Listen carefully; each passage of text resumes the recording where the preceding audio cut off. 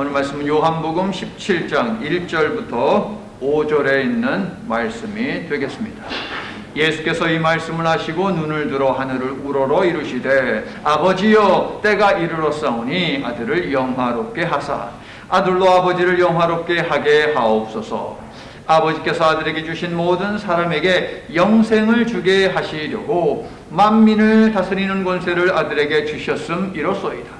영생은 곧 유일하신 하나님과 그가 보내신 자 예수 그리스도를 아는 것이니이다. 아버지께서 내게 하라고 주신 일을 내가 이루어 아버지를 이 세상에서 영화롭게 하였사오니 아버지여 창세전에 내가 아버지와 함께 가졌던 영화로서 지금도 아버지와 함께 나를 영화롭게 하옵소서. 아멘. 무려 5년입니다. 5년 동안 농작물에 피해를 받습니다. 이유는 메뚜기 떼 때문입니다. 메뚜기가 하루에 먹어 치우는 양은 상당합니다. 상상을 초월합니다. 그래서 하나님께서는 과거 하나님의 백성들 범죄했을 때에 메뚜기 떼를 재앙으로 심판의 도구로 사용을 하셨습니다. 5년 동안 농작물의 피해를 입다 보니까 이제 굶어 죽게 생겼어요. 어떻게 하면 좋을까? 마을 주민들이 모였습니다. 그렇지, 기도해야지. 우리는 믿음의 사람 아닌가? 그래서 4월 26일을 기도의 날로 잡고 기도하자라고 하였습니다. 모여서 기도했습니다. 한 마음으로 간절히 메뚜기 떼를 없애달라고 기도했습니다. 어떤 일이 벌어졌을까요? 그 다음 날부터 기온이 아주 따뜻했습니다. 그래서 메뚜기가 낳은 알에서 애벌레들이 막 나오기 시작하는 거예요. 사람들의 마음은 비참해지지 않았겠습니까? 하늘을 향하여 우라도 보면서 간절히 믿음으로 소망을 담아 기도했는데 메뚜기 떼가 없어지기는커녕 알을 낳고 그 알에서 지금 애벌레가 나와요. 이제 얘네들이 메뚜기 떼가 돼가지고 아주 날아다니고 난리가 날 겁니다. 지난달 22일자 오늘의 양식에 있었던 1800년대 후반대에 있었던 이야기가 되겠습니다. 실제로 있었던 미네소타주에서 있었던 실제 상황입니다. 짤막한 이야기를 읽으면서 제 눈을 사로잡은 것은 나흘 후라고 하는 단어였습니다. 우리 예수님께서 나사로가 죽었다 하는 사실을 알고 나사로를 방문해 갔을 때 그 이야기 속에도 나흘이라고 하는 단어가 있었습니다. 그래서 제 눈을 사로잡았습니다. 나흘이라고 하는 시간은 무슨 시간입니까? 죽은 나사로를 살리신 사건이죠. 인간의 모든 소망이 사라져버린 시간이기에, 그러나 그 시간이 바로 하나님의 시간이기에 제 시선은 나흘 후라고 하는 이 표현에 7월 22일자 오늘의 양식을 읽으면서 멈췄습니다. 살기 위해서 간절히 기도했지만 메뚜기 떼로 인해서 더 피해를 보게 생겼습니다. 그런데 그렇게 나흘이라는 시간이 지난 후에 마치 노아의 때에 갑자기 하늘이 얼굴을 바꾸고 수많은 비가 그냥 쏟아졌듯이 따뜻했던 그 날씨가 한순간 영하로 떨어지더니 애벌레들이 전부 다 얼어 죽었습니다. 어떻게 됐을까요? 이 애벌레는요, 농민들이 주지 않았지만 천연 거름이 돼가지고 농작물이 크는데 오히려 도움이 됐다는 것이죠. 보십시오. 하나님이 하시는 이 놀라운 일을 보십시오. 이 놀라운 기적이 일어날 수 있었던 비결이 무엇입니까? 기도였습니다. 성도 여러분, 여러분의 삶에도 기적이 일어나기를 소망하십니까? 그리스도 예수 안에서 소망을 품고 믿음으로 기도하는 것, 그것이 유일한 답입니다. 유일한 방법이 뚜렷하게 제시되어 있음에도 불구하고 기도는 하지 않고 내 삶에 기적만 일어나기를 바란다면 미네소타의 어떤 밭에서 기어가고 있던 애벌레들이 웃을 것입니다. 여러분.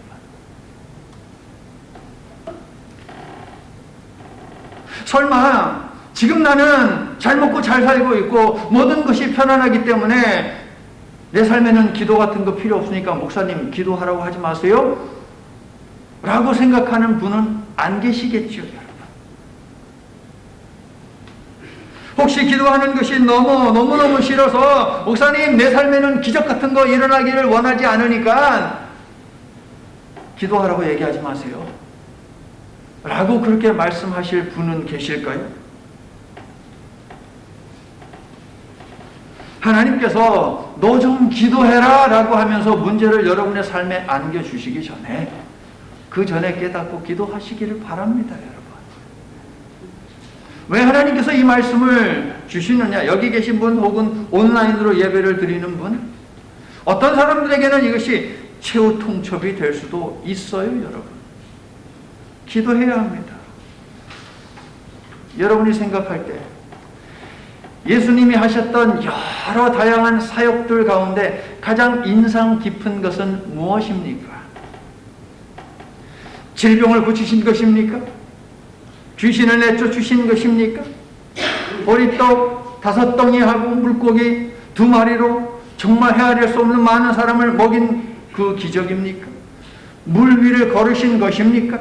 아니면 십자가에서 죽으신 것입니까? 부활하신 것입니까? 자, 기적들은 예수님은 하나님의 아들이기 때문에 너무나 당연한 것이에요. 그리고 십자가는 하나님의 뜻이었기 때문에 십자가를 지시는 것도 당연한 일이었죠.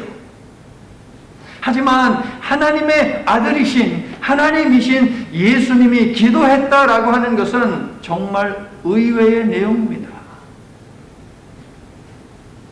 그런데 예수님은 한 번 기도하신 것도 아니고 셀 수 없이 여러 번 기도하셨다라는 것이 충격적입니다.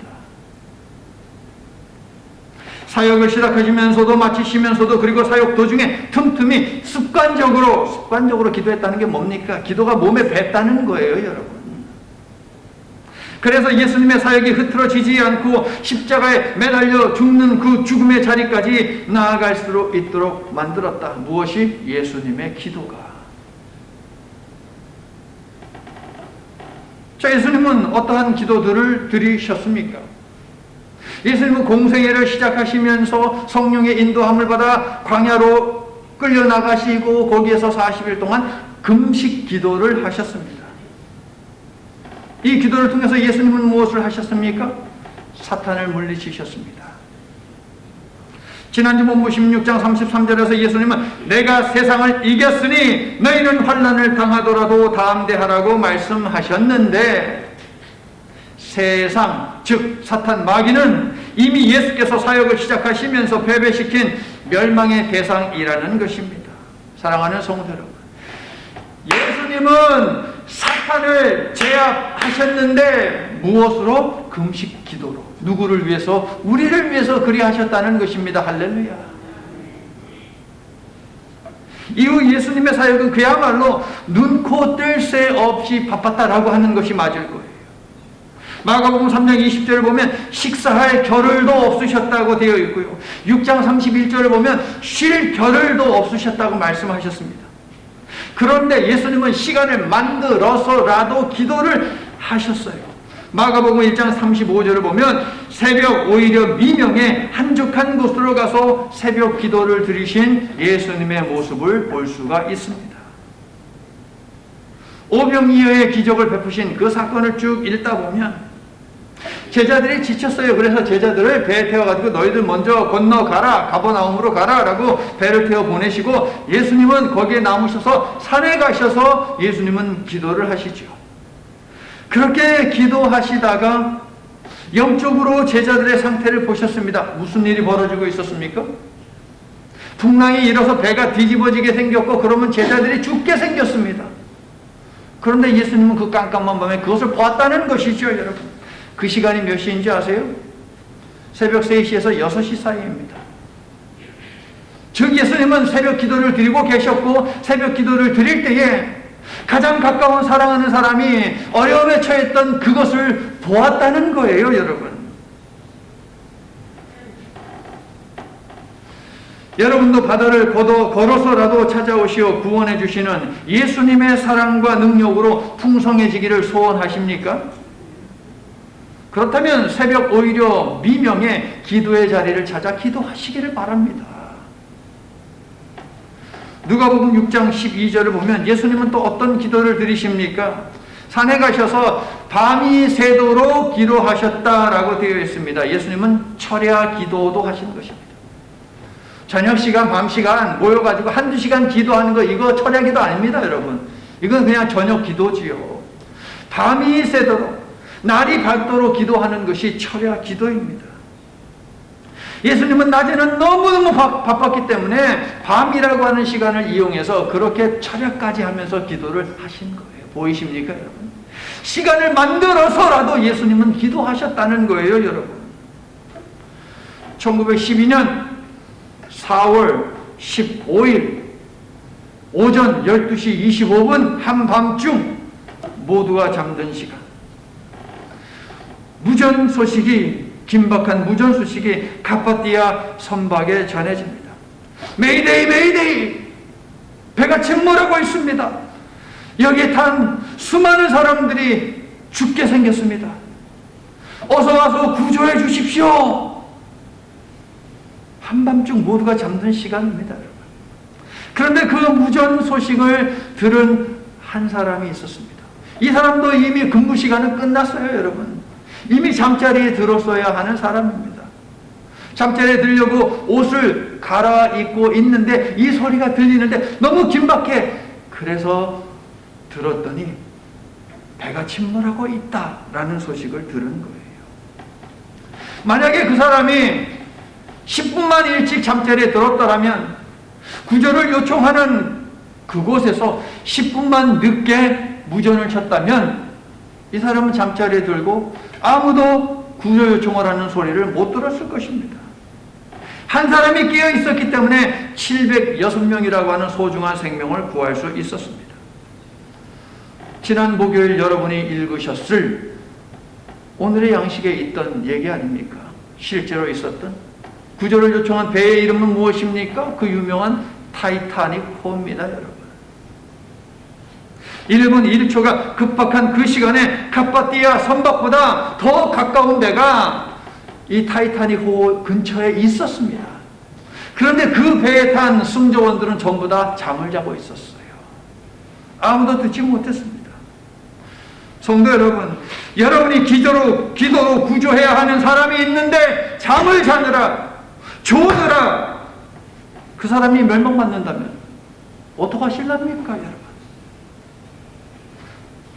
그런데도 기도하지 않을 수 있습니까, 여러분? 누가복음 5장 15절과 16절을 보면 예수님이 각종 질병을 고친다는 소문이 그냥 온 세상에 퍼지죠. 그래서 수많은 병자들이 당연히 몰려오지 않겠습니까?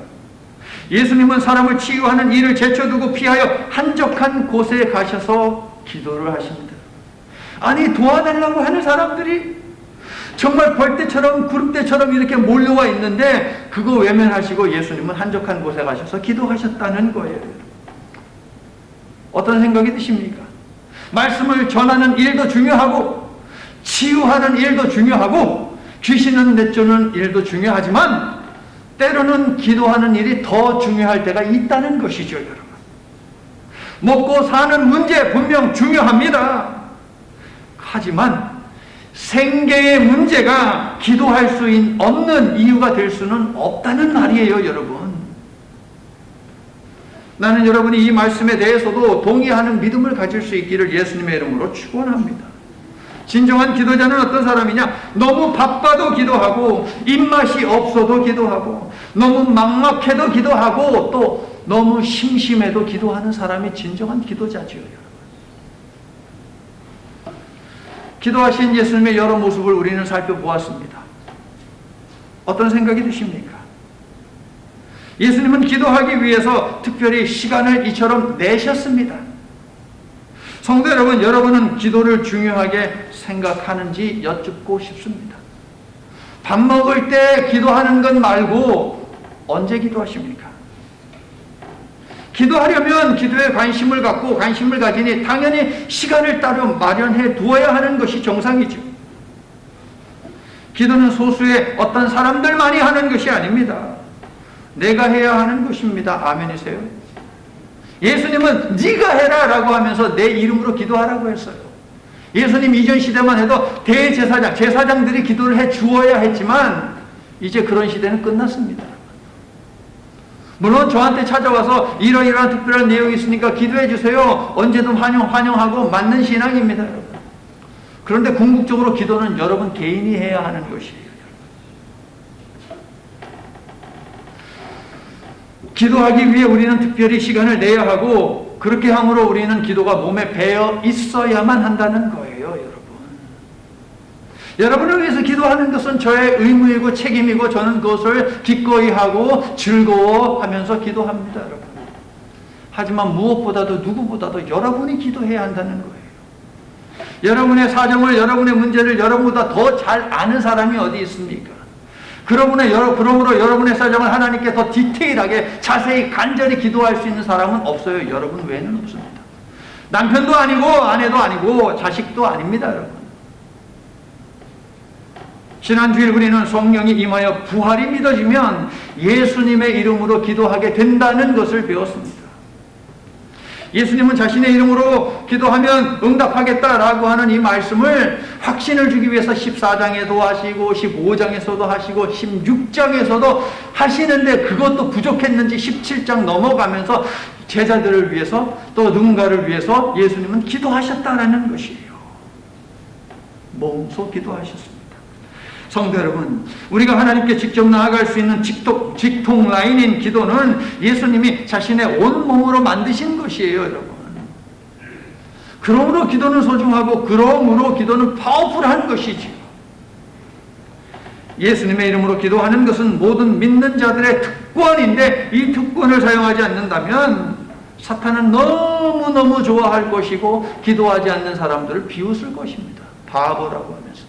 이런 특권을 가지고 있고 나를 이길 수 있는 능력이 있는데도 불구하고 나한테 맨날 당하고 사네. 예수님도 특별히 시간을 구분하여 기도하셨는데 읽어주세요. 예, 그런데도 기도하지 않을 수 있습니까? 성도라 불리기를 원하면서도 기도하지 않는다면 그 사람은 도대체 무슨 배짱인 것인가요? 그런 배짱은 부리지 말고 오늘 예배 중에 결단할 수 있기를 원합니다. 여러분에게 가장 적합한 시간이 있을 것 아니에요, 여러분. 새벽 예배 나와라 그 얘기하는 게 아니에요, 여러분. 여러분의 시간 중에서 여러분의 라이프 패턴이 있을 것이고 스타일이 있을 것이고 그러면 가장 좋은 시간이 있을 것 아닙니까? 그 시간은 아무도 손대지 못하게 하세요, 여러분. 그 시간은 내가 하나님과 대화를 쌓는 시간이다라고 선포하고 아무도 그 시간을 침범하지 못하게 하세요, 여러분. 하나님은 오늘 우리에게 그것을 원하십니다. 그렇게 일정 시간표를 기도에 맞춤으로 말미암아 기도를 통해서 하나님의 마음을 감동시키는 그러한 삶을 사시기를 우리에게 기도를 가르치시고 우리를 위해 친히 중보 기도까지 해주신 예수님의 이름으로 축원합니다.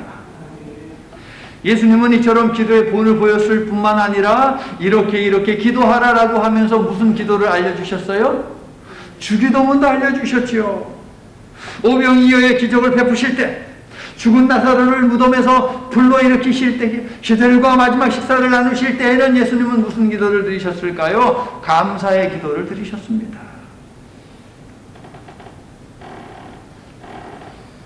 제자들이 더러운 귀신 들린 아들에게서 귀신을 내쫓아 달라고 아버지가 간곡히 부탁하는데 제자들이 내쫓지 못했지요.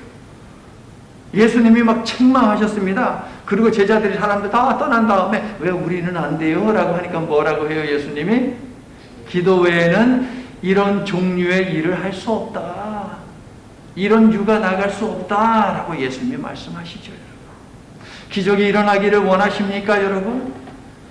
기도하셔야 돼요. 이처럼 예수께서 하신 사역으로는 말씀 교육과 귀신 축출과 질병 치유가 있지만 이 모든 사역들을 붙들고 연결시키고 있는 것이 무엇이냐? 기도예요, 여러분.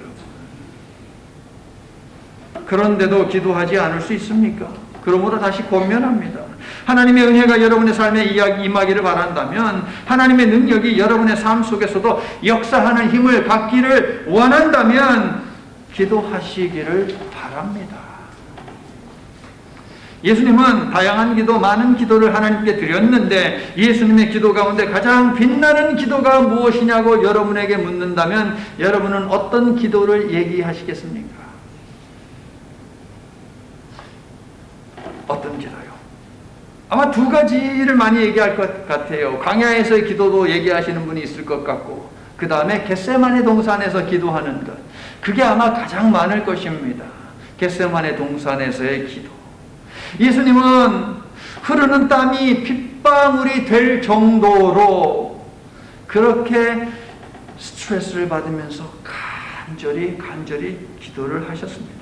히브리서 5장 7절을 보면 예수님이 통곡과 눈물로 기도하셨다는 말씀이 있는데, 많은 학자들이 이 기도는 언제 드렸느냐? 겟세마네 동산에서 드린 기도일 것이다 라고 이야기를 해요. 여러분, 에이 목사님 거짓말 좀 하지 마세요. 사람의 땀방울이 어떻게 핏방울이 돼요? 말도 안 되는 소리 좀 하지 마세요 라고 이야기하는 사람들이 있어요. 여러분, 교회 다니는 사람들 중에서도 이 말씀에 대해서 의심을 품는 사람들이 있어요. 리 스트로벨이라고 하는 시카고에서 가장 유명한 신문사 트리뷴지, 거기에서 활동했던 그 기자가 그런 의문을 품었어요. 성경은 허구다. 예수는 사람들이 만들어낸 것, 기독교는 거짓 종교, 확신을 했습니다. 그래서 이것을 내가 증명하리라 라고 하면서 여러 신학자들과 그리고 의사들을 만나 다니면서 성경에 기록된 의학적으로 전혀 맞지 않는다고 생각한 것들을 대해서 막 질문을 하고 신학자들하고 논쟁을 했던 사람이 있습니다. 그런데 의사를 만나서 물어봤어요. 이 리 스트로벨이 물어봤어요. 사람이 정말 땀방울이 이게 핏방울이 될 수 있습니까? 의사들이 하는 말, 사람이 극도의 스트레스를 받으면 그렇게 될 수 있습니다 라고 말을 했다는 거예요. 그러한 이야기와 그 외에 다른 이야기를 들으면서 이 리 스트로벨은 바뀌어요. 그래서 제가 여러분들에게 죽기 전에 꼭 읽어보십시오 라고 하면서 예수는 역사다 혹은 예수 사건으로 번역된 그 책을 꼭 사서 읽어보라고 지금 말씀드렸어요. 성도 여러분, 예수님은 십자가를 앞에 두고 땀방울이 핏방울이 될 정도로 엄청난 스트레스를 받으면서 기도하셨는데, 그런데도 기도하지 않을 수 있습니까? 이 유명한 사건을 마태, 마가, 누가 세 개 복음서 모두 보도하는데 요한은 이상하게도 다른 기도문을 우리에게 제시를 합니다. 오늘 본문이 들어있는 요한복음 17장이 바로 그 기도문인데, 오늘날 이 기도문을 어떻게 부르느냐? 여러분 성경에 써 놓으세요. 대제사장의 기도라고 부릅니다. 요한복음 13장부터 17장은 예수님이 이 땅에 계시면서 마지막으로 하셨던 예수님의 고별 설교입니다. 13장에서 17장. 그러면 예수님은 설교를 무엇으로 시작하시느냐? 세족식으로 시작하시죠. 마치는 것은 기도로 마치신 것입니다. 대제사장의 기도로 말입니다. 사도 요한은요, 겟세마네 동산에서의 기도를 과감하게 생략을 해버리고 바로 이 대제사장의 기도로 대체를 해버려요. 18장 넘어가면 겟세마네에서 예수님이 기도했다는 내용은 없어요. 여러분, 요한복음에는 이 기도가 예수님의 고별 설교의 대미다, 정말 아름다움을 장식한다라고 그렇게 사도 요한은 우리들에게 이야기하고 있는 것이죠. 16세기 종교개혁에 지대한 영향을 미쳤던 마틴 루터는 이 17장을 이렇게 이야기합니다. 이 기도는 한량없는 따뜻함과 온전한 마음을 기울인 기도다. 너무나 정직하고 너무나 순전하고 너무나 깊고 너무나 부유하고 너무나 넓어서 아무도 그 밑을 잴 수 없다. 20세기의 유명한 설교가 마틴 로이드 존스 목사님 이렇게 이야기합니다. 이 세상에서 성경이 모두 사라지고 요한복음 17장 한 장만 남는다 할지라도 복음은 여전히 강하게 전해질 수 있다. 부족한 이 사람이 한마디 거둔다면 17장은 약한 내가 강해지고 흔들리는 내가 확고한 사람이 되게 하는 열쇠를 담고 있다 라고 말을 하겠습니다. 이 열쇠는 무엇이냐? 기도입니다, 여러분.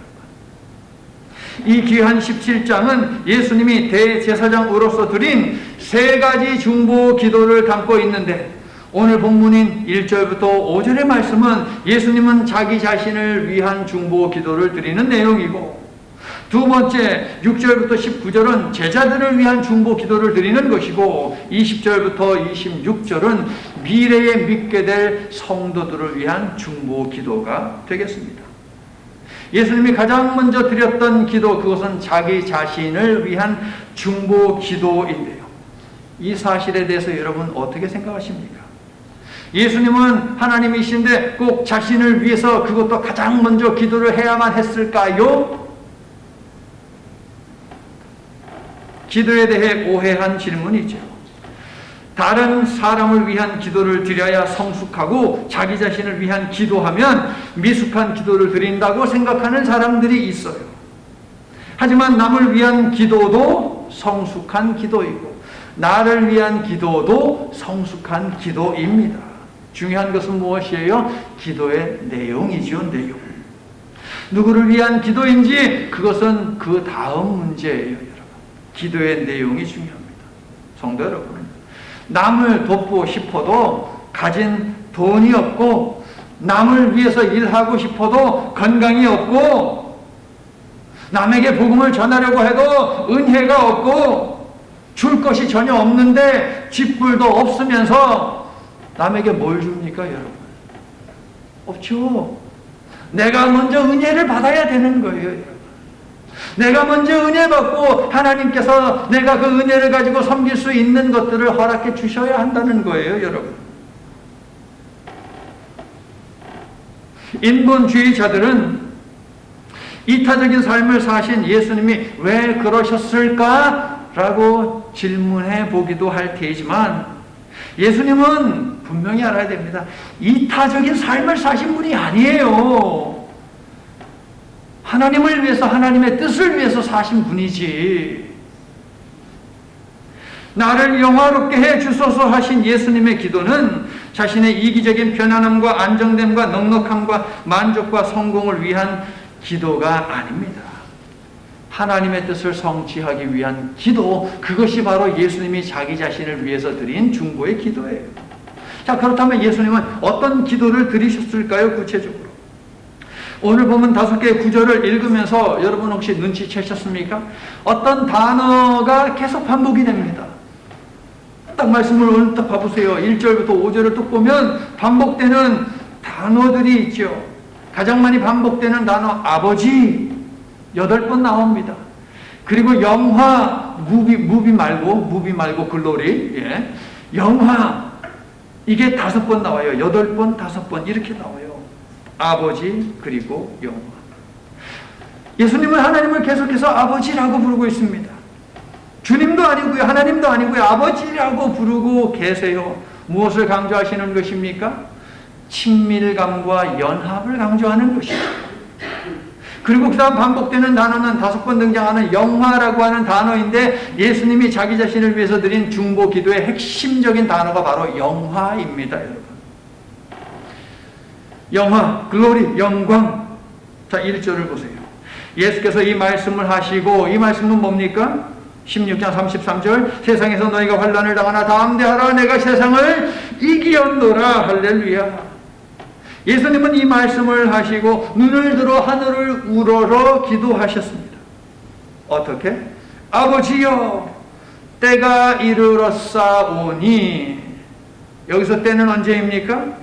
요한복음에서의 때는 이 세상에서의 시간이 아니라 아버지 하나님의 시간이고, 요한복음에서의 때는 뭐예요? 십자가 고난과 죽음의 시간입니다.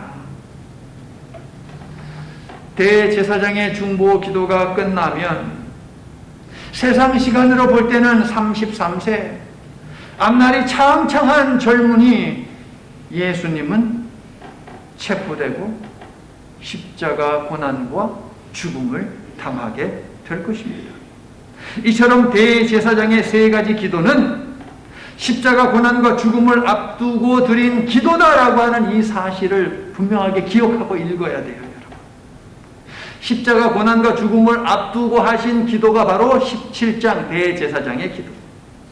자기 자신을 중보하며 드린 예수님의 기도는 결국 십자가를 지기 위한 기도였다는 사실이에요, 여러분. 1절을 계속 볼게요.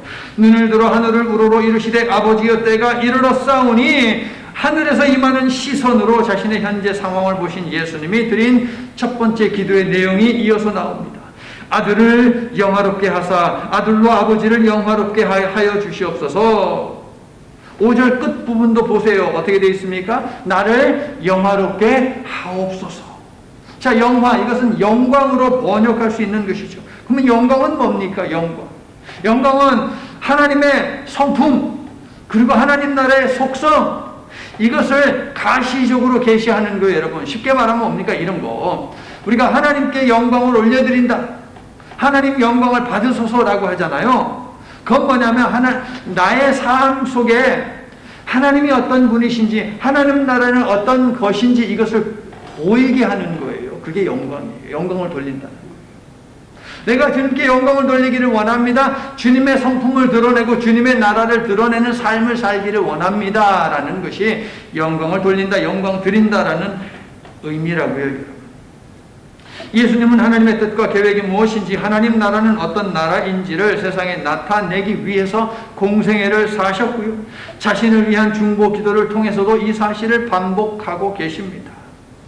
나를 영화롭게 하옵소서. 나를 통해서 아버지 하나님의 성품이, 용서하시는 그 성품, 사랑하시는 그 성품, 구원하시는 그 성품, 아버지 하나님의 나라는 정의의 나라, 평화의 나라인 것, 이것을 드러내기를 원합니다 라고 기도하셨다고요.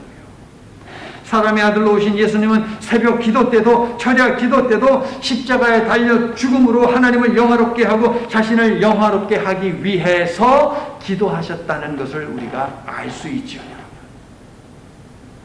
그렇습니다, 성도. 예수님의 자신을 위한 중보 기도는 이 세상에 오신 목적, 그 사명을 잘 깨닫고 흔들리지 않고 틀림없이 이루도록, 딴 길로 가지 않고 십자가를 피하지 않고 십자가의 길을 걸을 수 있도록 도와달라고 하는 기도였던 것입니다, 여러분. 다시 강조하지만 대제사장의 기도는 이제 곧 닥칠 십자가 고난과 죽음, 이것을 앞둔 기도라는 것입니다. 이 십자가를 잘 지게 해달라고 예수님은 기도한 것이지 십자가를 피하게 해달라고 기도하지 않으셨습니다. 십자가는 하나님의 구속사역의 완결판이잖아요. 십자가는 인간을 향한 하나님 사랑을 가장 강하고 완벽하고 선명하게 보여주는 사건이잖아요. 십자가는 하나님의 뜻을 가장 정확하게 드러내는 사건이잖아요. 그래서 이 십자가를 지셔야 했고, 십자가를 지려고 하니 너무 무섭고 두려워서 우리 예수님은 이 십자가를 잘 지게 해달라고 대제사장의 기도를 죽음을 앞두고 드리면서 가장 먼저 하셨던 거예요. 이 기도를 하지 않으면, 이 일이 되어지지 않으면 두 번째 중보 기도도 세 번째 중보 기도도 아무런 힘을 내지를 못해요. 십자가는 반드시 져야 하는 것이고 예수님은 지기 위해서 기도하셨다. 저는 예수님이 대제사장으로서 드린 첫 번째 기도를 계속해서 중보 기도라고 부르고 있습니다. 중보 기도, 그건 뭡니까, 여러분?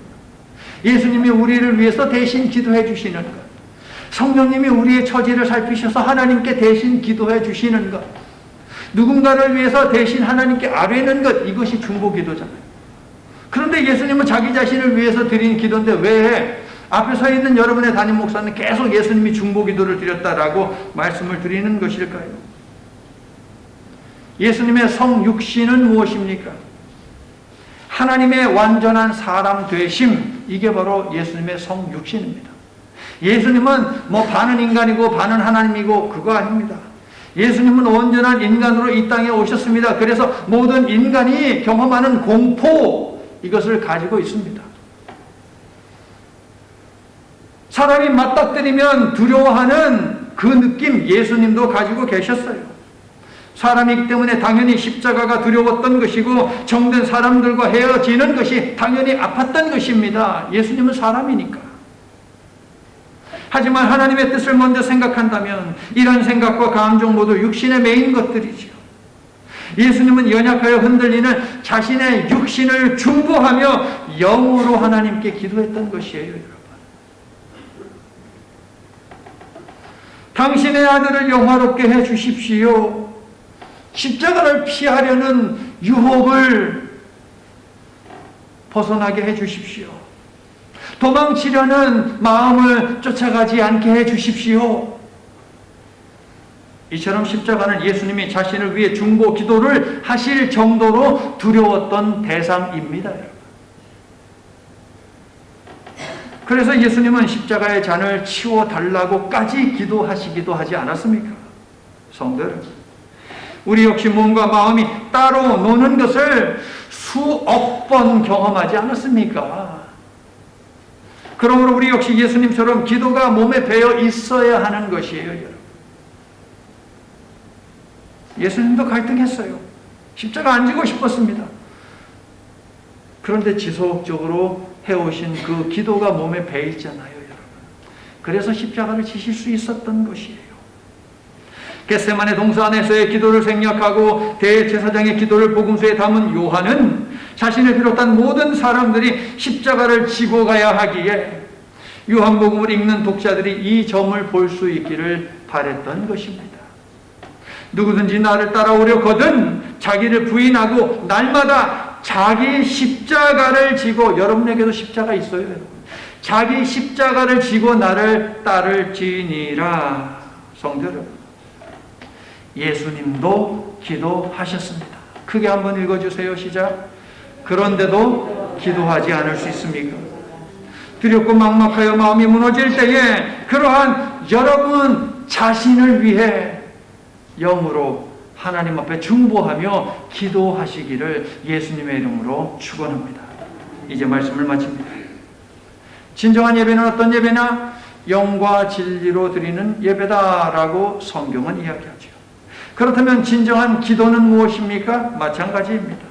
육의 얽매인 것들을 떨쳐버리고 영과 진리로 드리는 기도, 이게 진정한 기도이겠죠. 예수께서 자신의 연약한 육신을 위해 기도하셨으니 하물며 우리이겠습니까, 여러분? 그런데도 기도하지 않을 수 있습니까? 누구든지 자기 십자가를 지고 나를 따르지 않는 자는 내게 합당하지 않고 내 제자가 되지 못하리라. 그러므로 기도하고 그러므로 십자가를 끝까지 질 수 있는 힘을 얻어라 라고 예수님이 말씀하십니다. 성도 여러분, 예수께서 여러분에게도 십자가를 주셨습니다. 그러나 인간의 힘과 의지와 결단과 인내, 그 어떤 것으로도 우리는 결코 십자가를 질 수 없습니다. 그렇다고 하여 여러분에게 맡겨진 십자가를 내던지지 마십시오. 몇 번 치다가 포기하지도 마십시오. 이러한 우리를 아시기 때문에 예수님은 앞 3장 14, 15, 16 성령장을 통해서 성령을 약속하신 것이고 성령이 하실 일을 우리에게 알려주신 것이고 기도에 대한 응답 또한 약속을 해주신 것 아닙니까? 그리고 오늘 대제사장의 기도를 통해서 너희는 너희 자신을 위해서 중보하며 기도해야 한다는 사실을 알려주셨고 또한 이제 하겠지만 제자들을 위한, 믿음의 사람들을 위한 중보의 기도도 해주셨던 것입니다. 그러므로 성도 여러분, 각자의 십자가를 감당하기 위해서 성령의 도움을 간구하며 여러분 자신을 위해서 기도하시기를 바랍니다. 여러분도 예수님처럼 힘들고 어렵고 고달파도 상처받고 자존심이 상해도 모함받고 억울하게 당하더라도 십자가를 끝까지 지게 해 주십시오 하며 기도하고 십자가 사명을 잘 완수하시기를 축원합니다. 십자가를 지는 일을 위해 예수님의 이름으로 기도할 때에 예수님은 반드시 응답해 주실 것을 믿고 감사하며 기도하는 저와 여러분 될 수 있기를 예수님의 이름으로 축원합니다. 우리의 기도를 들으시는 하나님, 우리가 얻지 못하면 구하지 아니하기 때문이라고 성경은 분명하게 말하므로 기도할 것을 촉구하고 있습니다. 그리고 우리가 구하여도 받지 못하면 정욕으로 쓰려고 잘못 구하기 때문임도 분명히 하므로 어떤 기도를 드려야 하는지도 가르치고 있습니다. 오늘 우리에게 주신 예수님의 기도 역시 이 모든 것을 가르치며 어떤 기도를 드려야 하는지도 알려주고 있습니다. 한숨만 쉬고 염려만 할 것이 아니라 결단하고 기도의 시간을 정하고 기도하라고 오늘 우리에게 말씀을 주신 것임을 듣고 순종하는 백성들이 되어야 하겠습니다. 주신 말씀에 순종하여 습관을 쫓아 기도하는 모든 백성마다 올바른 기도를 드리게 하시고 드린 기도마다 응답을 받아 더욱 신명나게 기도하는 백성이 되도록 축복해 주시옵소서. 예수님 이름으로 기도드립니다. 아멘.